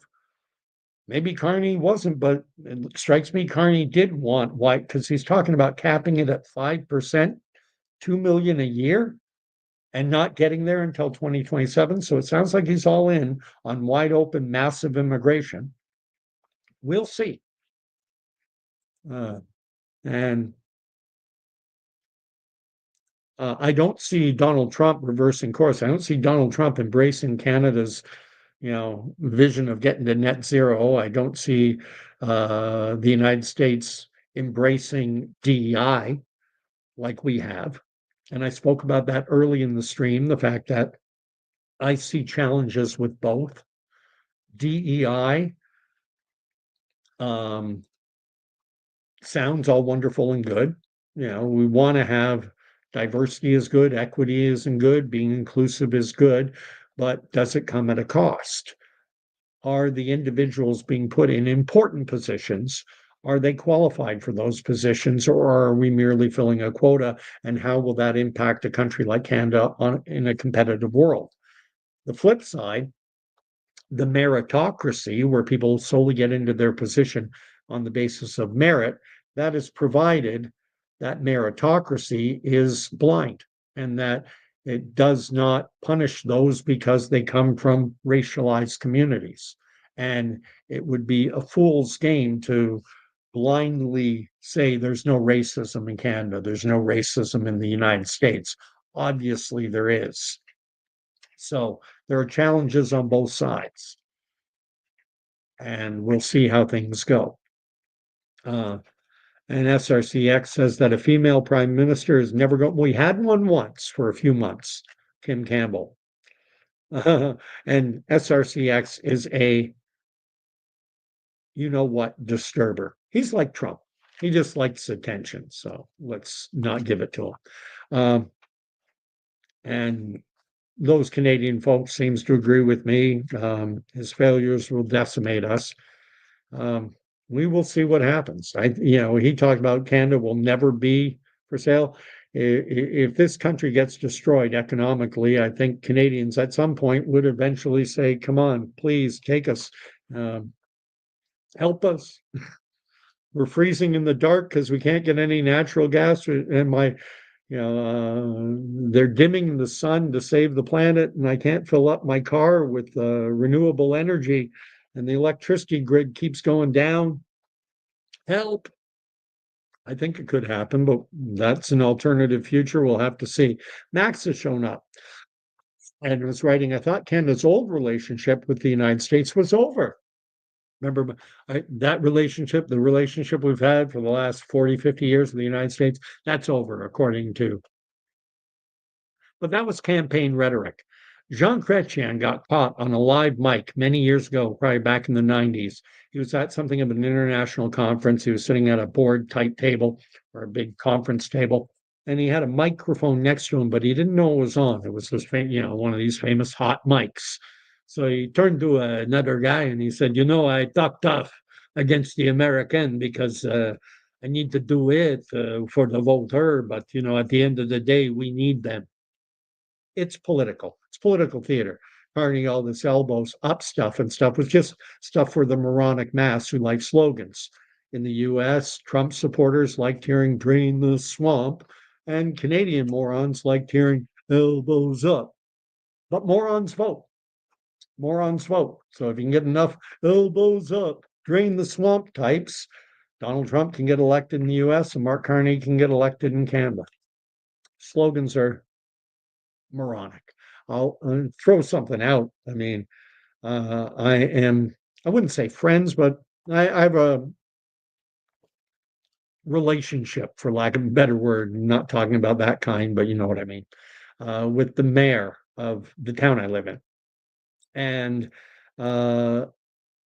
he was on city council and wanted to run for mayor. He tried once before, lost. It's always tough to unseat a sitting mayor. Municipal politics is very, once you're in, you're in. And the sitting mayor of the town had a development company that kept taking the town council to court, to the Ontario Municipal Board, over housing development projects that he wanted to do. And so I told my buddy, I said, your campaign slogan has to be putting Brighton first. And then you talk about the fact that why does the current mayor keep taking the town to court and costing us tens, hundreds of thousands of dollars in legal fees? And he won, and he won, and he won once, and he won a second time. And I helped him out in both occasions. I know a bit about politics, studied it at university. That's not to say that I know everything. You get two guys with political science backgrounds and they can have completely opposing views. Who's right? We'll see. That's a good comment, Max. Yeah, that was campaign rhetoric. Yeah. Those Canadian folks are right, is right. It's a plural, so I don't know whether to say is writing or are writing. Those Canadian folks, I will never stand by and watch with bated breath in hopes that someone who doesn't know what they're doing screws my life up irreparably. So anyway, a lot of Canadians feel that way right now. After what we went through in the COVID era, when incidentally unvaccinated, if that matters to anyone, it matters to me. I found out Canada was not the country I thought it was. And that came crashing in when that vaccine passport was introduced. And I found out that even some of my own family would have fit in very well in 1930s Germany, because they just loved that hammer that was hitting over people like myself who insisted on bodily autonomy. I left the army. I'm not getting that jab. At the beginning, in December 2020, when it was first authorized, I said, I'll consider it, but I'm going to wait a year at least. I want to see people getting it, and are they fine? Are they healthy? Do they not get COVID anymore? Do they have any side effects? Let me see for a year. And it didn't take a year for me to come to the conclusion that no way, I don't want that thing. That was my choice. But there are Canadians, fellow Canadians, members of my own family, who went full Kristallnacht on me. And if you don't know that reference, look it up. Night of Broken Glass. They would have fit right in with that mindset, because the authoritative television told them that I was a bad person. And that was disgusting, what happened in this country. I didn't believe that could happen again. I didn't think that kind of mentality could take over. And it did. And it told me, there's probably 25, 30% of the population of Canada would be thrilled to rat a neighbor out over the fact that they had people in their backyard. And they'd be thrilled. Oh, I'm a good person for ratting these out. People talk about the story about Anne Frank. And they like to think they would be the ones to, ones hiding Anne Frank and her family, but we found out that probably 25-30% of Canadians would be the ones ratting them out to the government officials to go and take them away to a concentration camp. There were too many Canadians who would have been thrilled to see my Canadian veteran ASS dragged off to an internment concentration camp for denying, for refusing to get that nobody wants anymore. Nobody. Well, I think they're in nursing homes. There are still people getting boosted. Maybe. I don't know. Anyway, I've gone on way too long, but there's more being written. Gosh. And we agree Beautiful Dreams is a liberal supporter. Fair enough. It says, and I think we can all agree with this, whether you're right, left, or in between. Yes, Trump is unpredictable. Something is like going to a carnival, carnival. Oh yeah. Yeah. He's narcissistic, he's egotistical, he's all those things. But at the same time, he's also running the world's largest economy right now, and we better play ball or we're going to be in trouble. Their economy 10 times bigger than ours. And there are other economies out there. They are oceans away. And do we want to become more and more beholden to communist China, which Mark Carney scares me. His relationship with the Chinese, he talks them up about being an environmental leader. Please, this is a country that when it bid for the Olympics in Beijing, they went around spray painting dirt green to make it look like grass. This is a country Mark Carney says is an environmental leader. He's like Trudeau before him. Trudeau talked about his admiration for China, and Carney is cut from the same mold. Carney secured just at either the end of 2024 or the beginning of 2025 for Brookfield when he was still chair. After having urged them to move the headquarters down to New York, he went over to China and he got the Bank of China to issue Brookfield a $250 million loan. And when a Liberal Party candidate joked, quote unquote, about kidnapping a political opponent who has an arrest warrant issued by the Communist Chinese in Hong Kong, Mark Carney stood by him. And Carney's America, with all its flaws, and even with Donald Trump, I'd rather be in the American sphere than in communist China's sphere. You want human rights? Yes, I have issues with Donald Trump. I have freedom of speech issues with Donald Trump. But as bad as Trump is, China, we're talking about scale here. You cannot measure how much worse it is in China than the United States. And that's not to say the United States is perfect. This was Lala. Okay, New Brunswick. Everyone keeps changing their name. China. Gotta say China. Okay, that's the way I say it. China. Got to remember to do that. That's probably the best part of my Trump impression. China. And I'm priceless. Whatever. And then Max is saying the fact that there's so much hate concentrated at Pierre. Oh yeah, no, he's a big target. And the media has tools at their disposal that a guy like me are just, I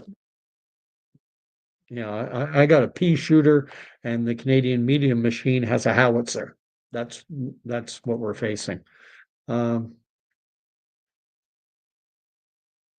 And they copied not the platform, they just copied the rhetoric. And just trying to catch up and then call it a night. And Lala is saying, let's make a zillion babies then. We had a baby boom, and then the pill came out, and our birth rate has fallen off a cliff. And what's the new? I'm one who happens to believe in that old, the wisdom of spoil the rod, but not popular now. Yeah, elbows down, ankles up. Oh, that's bad. Cryptomeria, the mate service. Okay. Let's see. I'm firing through the messages just to see. What's Max saying? Liberals voted on what they considered the single most important issue, standing up to Trump. And then he goes down and bends the knee to him. But I'll tell you something. You go out and you buy a car. Let's say you went out and you bought a Ford Pinto, which were famous for if they were hit from behind, they'd blow up. So you bought a bad car. But immediately after driving it, you would seek for reasons to reaffirm your choice. And one of those is you would see other Pintos out and you'd say, hey, there you go. Okay, I made the right choice. And so it's going to take a while for Canadians to assuming that conservative minded voices are right, that that Carney is going to continue us on this downward spiral. The housing crisis is going to get worse because, and all the signs point in that direction. He's talking about 2 million-ish people a year coming into Canada. Eventually, by the turn of the next century, he wants Canada to have a population of in excess of 100 million. And so, okay, 2 million a year makes sense if you want to get us there, because there's some people are going to die too. So it's talking about exploding the Canadian population. I guess we're all going to live in mini homes.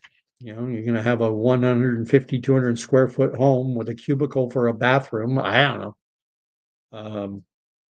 But it'll take a while for liberal voters to wake up and smell the coffee if we continue on this road. Uh, uh, and SRCX says that for someone who's been a government employee for years, and that's what military. It's a government job. Ensure critical. Yep, guilty as charged.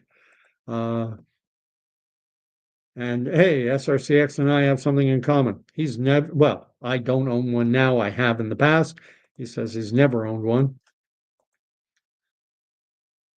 And this is probably getting back to something I said a while ago about being in our echo chambers and beautiful dreams. Seems to agree that it's always good. You got to get the opposing views. And I've said this many times on the station as well, is that in order to have meaningful, important, you got to, if you want to discuss the important issues, then you have to risk being offensive and you have to risk being offended yourself. This whole idea of emotional hurt and everything like that, and we can't talk about that. That just means things don't get better because we're not talking about the issues. We need to talk. And don't worry about typos. I may take people to task if I think I'm not shy about giving back. I mean, if I say, here's someone talking smack against me, I can give it back as good as anybody. But I'm not going to take issue over typos.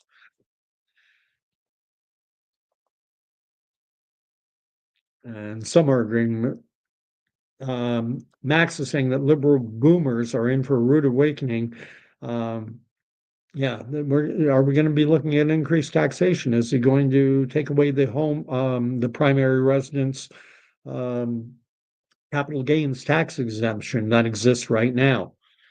There are a lot of seniors with inadequate savings or pensionable earnings who are relying on the fact that, okay, when things get to the point where I can't, maintain the house anymore or whatever, and I need to move into assisted living, well, I can sell the house and I'll have, 800,000, a million, whatever the number is.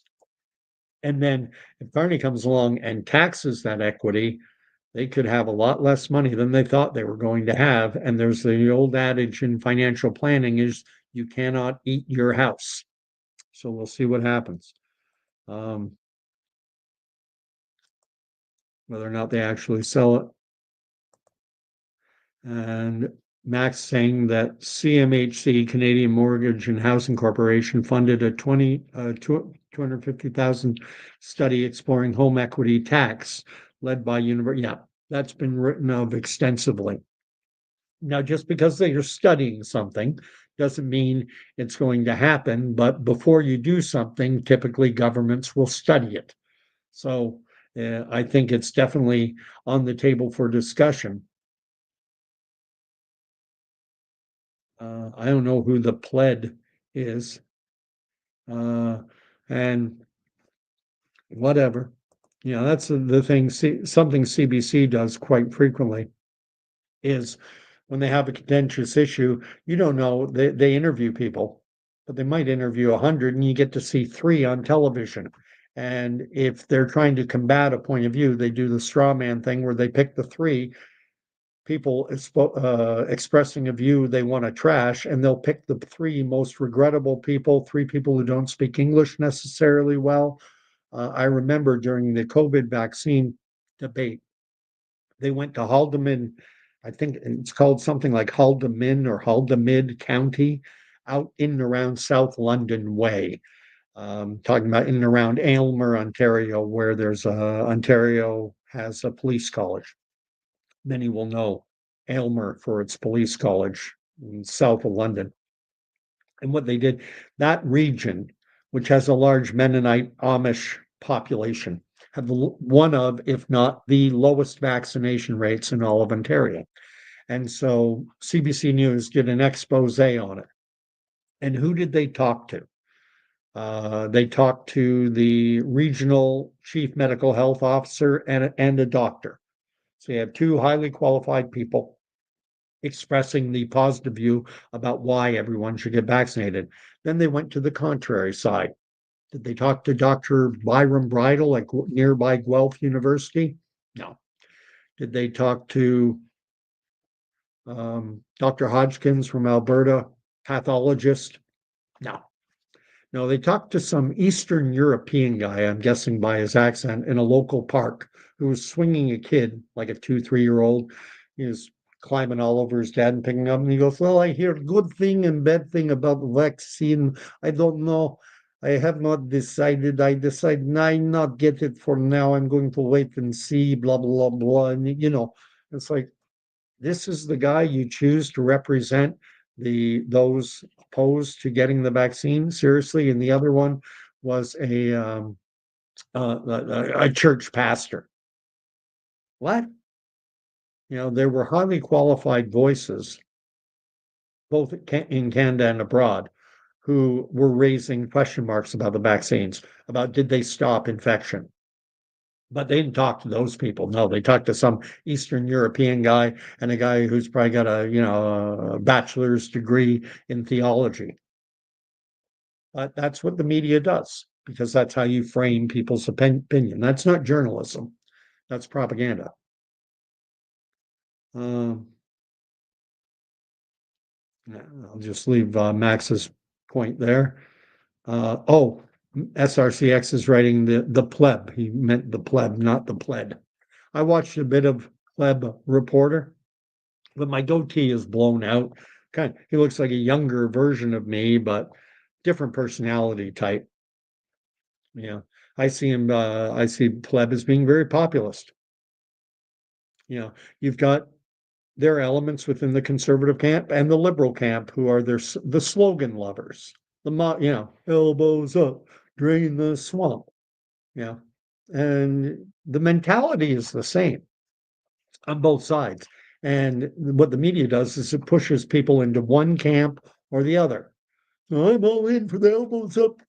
The liberal Carney, yeah, elbows up.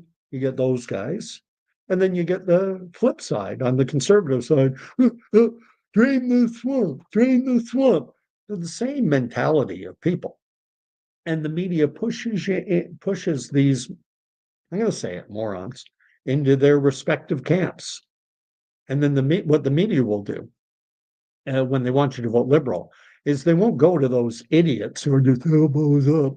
Why do you like Mark Carney? Oh, he's going to save my job. He's elbows up. I'm all for Carney. They're not going to put that guy on TV. They'll put a guy on TV who's a professor of political science at Western University who will speak in very, educated tones about Mark Carney's stellar resume, et cetera, et cetera. But when they talk to the conservative, then they'll just talk to the, oh, the WEF, and we gotta put it up first, eh? And then what they're hoping is that people who are on the fence will go, well, I don't want to associate with that guy. I like the university. I'm on the side of the university professor. You could get a university professor of political science to talk positively about Pierre Polyv and the conservatives. But that's not the way the media plays the game. Propaganda. So, this whole guilt by association thing, SRCX, it doesn't work on me. So, sorry. Actually, sorry, not sorry. Um, yeah. Would you actually, in fairness, what would you say to a prime minister who invited a Nazi into the House of Commons like Trudeau did? Actually, I believe, in point of fact, it was the Speaker of the House who invited that individual, and I believe the Speaker then resigned his position, if I'm not mistaken. However, it's the government of the day that should be vetting, checking, looking into the backgrounds of individuals who they're going to give a standing ovation to. So, yeah, that's who we've got. Mark Carney, Mr. Climate Expert. Yeah, guy's got a PhD in economics. Great, you're an expert on economics, but Mark thinks he's an expert on the climate. But that's our prime minister.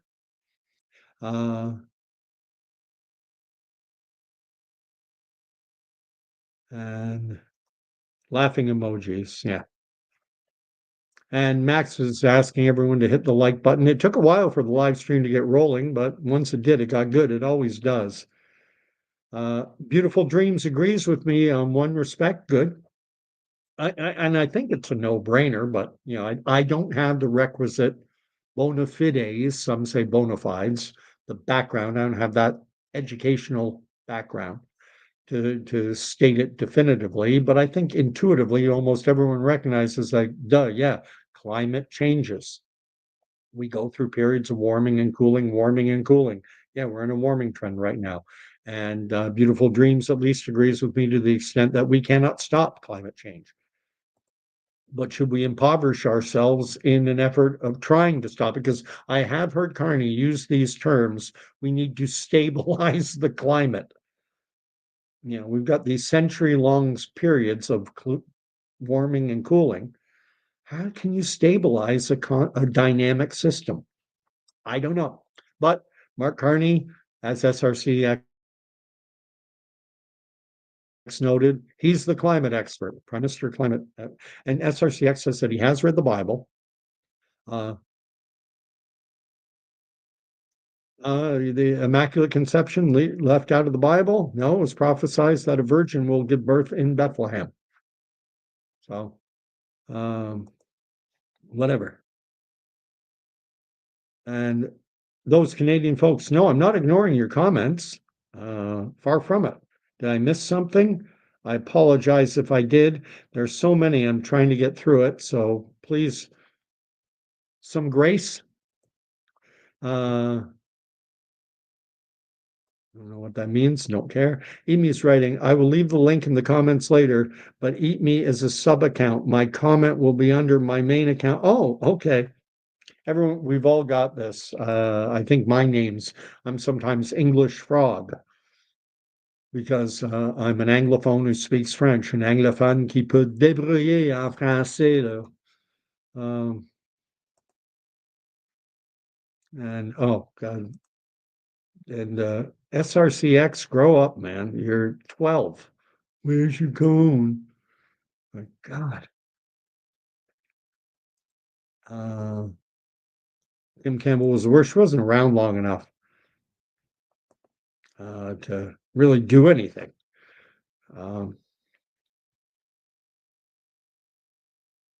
And Max Power, that thought occurred to me as well, that sometimes losing isn't a bad thing. Because when you lose, well, then you're free to criticize. And I'm going to try and do my best. If Mark Carney does something that I think is good, I want to say it. There's a tendency, and this is a reason why I think a lot of people don't go into politics, is because it's an adversarial system. A liberal does something, if it's good, the conservatives are never going to acknowledge it, and vice versa, because it's all about winning power. You want to have power. And so you're not going to acknowledge what the other side has done, even if it's something good. Although, interestingly, the conservatives have signaled that they are willing to work with the liberals or support the liberals on certain ideas. I haven't read enough into what those specifics are. Maybe it has to do with trade relations with the US and the imposition of reciprocal tariffs, whatever. But that's a positive step, is when there's collaboration. And we're almost to the end of the messages. And Max, you're right. Normally, the typical lifespan of a minority government in Canadian politics is somewhere in that 18 to 20 month mark, a year, maybe a year and a half to 2 years. So say 18 to 24 months. That's typical. However, remember that we went from September 2019 until April 2025. We had 3.5 years. It was 3.5 years that the Trudeau government lasted. And everyone said back then, oh, it's minority, only lasts 18 months. And this minority is even larger in scope than the previous minority. I don't think it's going to be 18 months.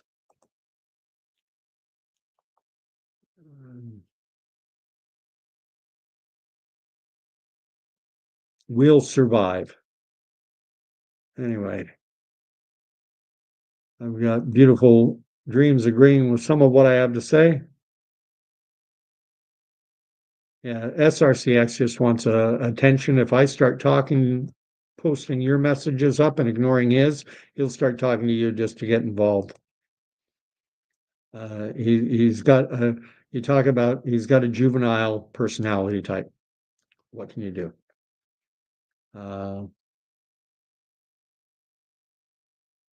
And the Century Initiative, this whole idea of Canada growing to 200 million, not 200, I'm exaggerating. Sorry, I did a Trump, 100 million. And I'm ignoring SRCX, so don't worry about it. Not talking real tough about Trump. That's what Pierre did, because he had the intelligence to know that we do need them. Pierre, could he have been more vociferous in his, repudiation of Trump and everything? Yeah, maybe. Maybe he should have played more of the political game. It's all, Monday morning quarterbacking at this point. So whatever. If SRCX gets on your nerves, just block them. Very easy. I don't. Yeah. Yeah, I'm gonna end the stream. Danny has shown up. We'll touch a little on religion, not much, but the most important words, Jesus is King. The idea came to me that, when I was talking about the throne speech, that the truth throne speech is what matters. Heaven and earth will pass away. All right. Everything here, this is all temporary. Everything will rust and decay and die, but God's word lives forever, and Jesus is King. Amen. So, man, so much got written, and I can't keep up with it all. Let's see what Max is saying. Carney should make another video explaining how elbows up actually means bending the knee. Blah, blah, blah. Max saying, I've now blocked. Good, good. That's the best way to deal with it. And everyone, I'm going to leave you there. We've gone on over 2 hours. I only get so many hours that I can use on StreamYard. And so the next few, are probably going to be on just the regular YouTube platform where I can't populate. But as I always say, may the Lord bless and keep you. May the Lord make his face to shine upon you, and may the Lord grant you peace even in these crazy, uncertain times. You can get your feet onto the rock, and you can know that Jesus went ahead and prepared a place for us, because this life ain't the end. Mark Carney, and even us, this temporal existence is but a blip. We'll talk to you soon. Thanks very much. And hey, good night. And if you're not subscribed to the channel, I invite you to, and to hit the like button and all that stuff and fill the comment field. All right, I've jabbed on enough. Good night.